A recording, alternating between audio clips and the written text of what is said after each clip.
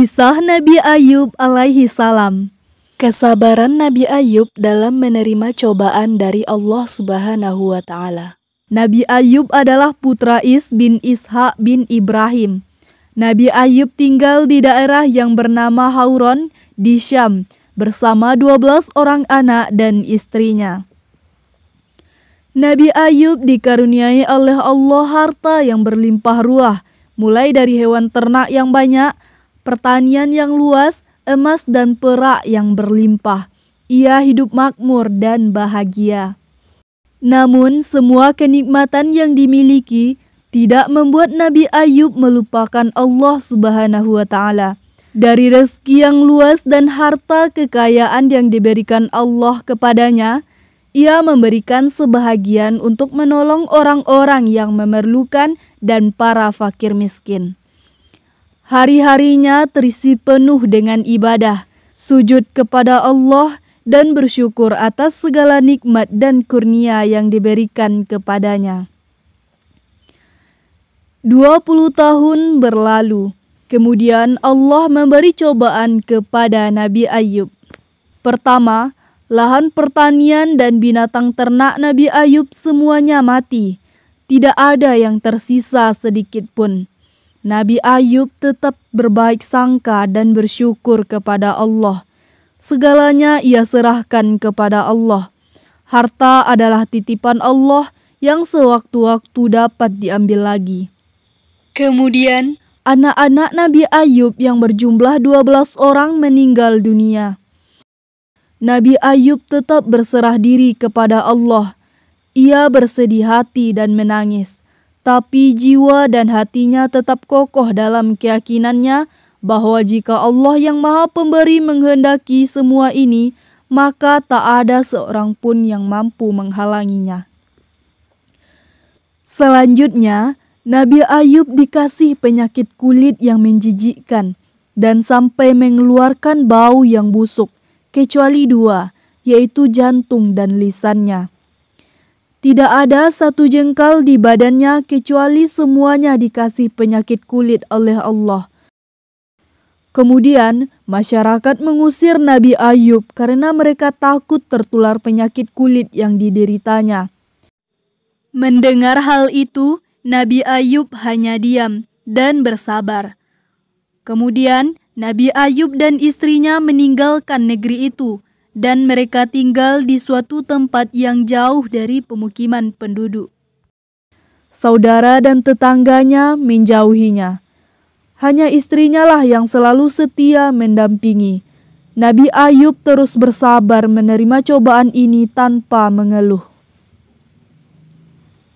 Setelah 18 tahun berlalu, penyakit kulit yang diderita Nabi Ayub tak kunjung sembuh. Nabi Ayub terus bersabar, berikhtiar, dan berzikir menyebut nama Allah. Nabi Ayub tidak pernah berdoa meminta kepada Allah, "Sembuhkan hamba ya Allah." Tidak pernah. Ini salah satu bentuk ridho terhadap takdir Allah Subhanahu wa Ta'ala. Setelah bertahun-tahun menderita penyakit, harta yang dimiliki oleh Nabi Ayub habis, sehingga ia hidup serba kekurangan. Walaupun demikian, istri Nabi Ayub terus setia mendampinginya. Dia berkhidmat kepada suaminya dengan penuh kesabaran, mengharapkan pahala dari Allah. Meskipun cobaan ini sangat panjang dan dia tidak tahu kapan cobaan ini akan berakhir. Hari demi hari penyakit Nabi Ayub semakin parah, sehingga mempersulitnya dalam beribadah. Akhirnya Nabi Ayub berdoa kepada Allah. Sebagaimana dijelaskan dalam Al-Quran surat Al-Anbiya ayat 83.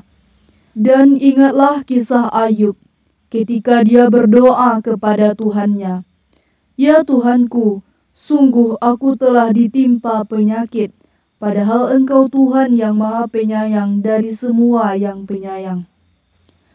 Kemudian Allah berfirman kepada Nabi Ayub.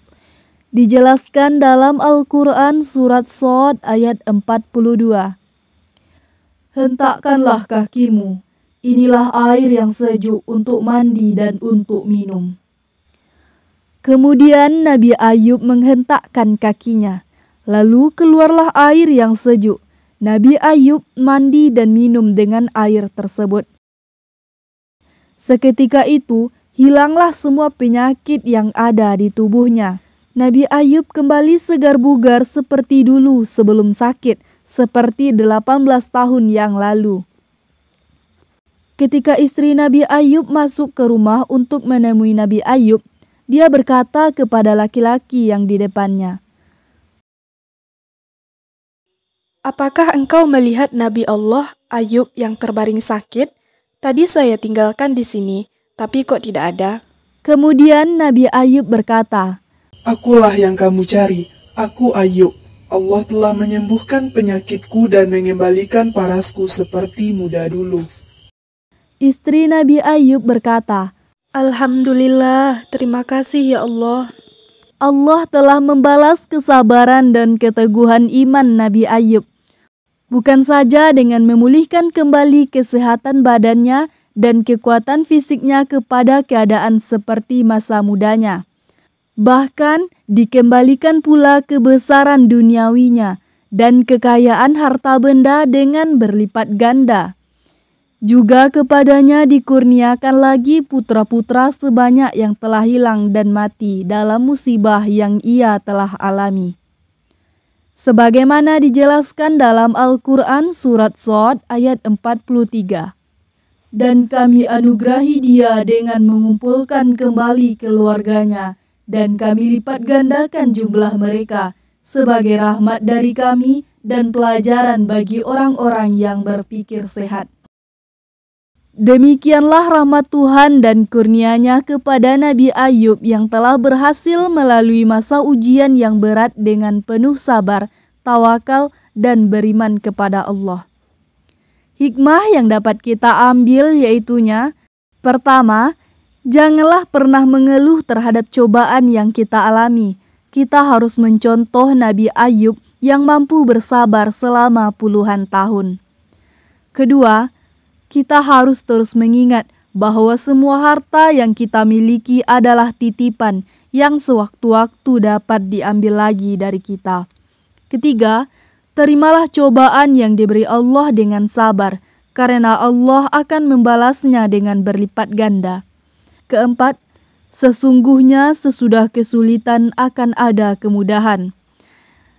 Hikmah yang kelima, teruslah berdoa dan berikhtiar, karena Allah selalu mendengarkan doa hamba-Nya.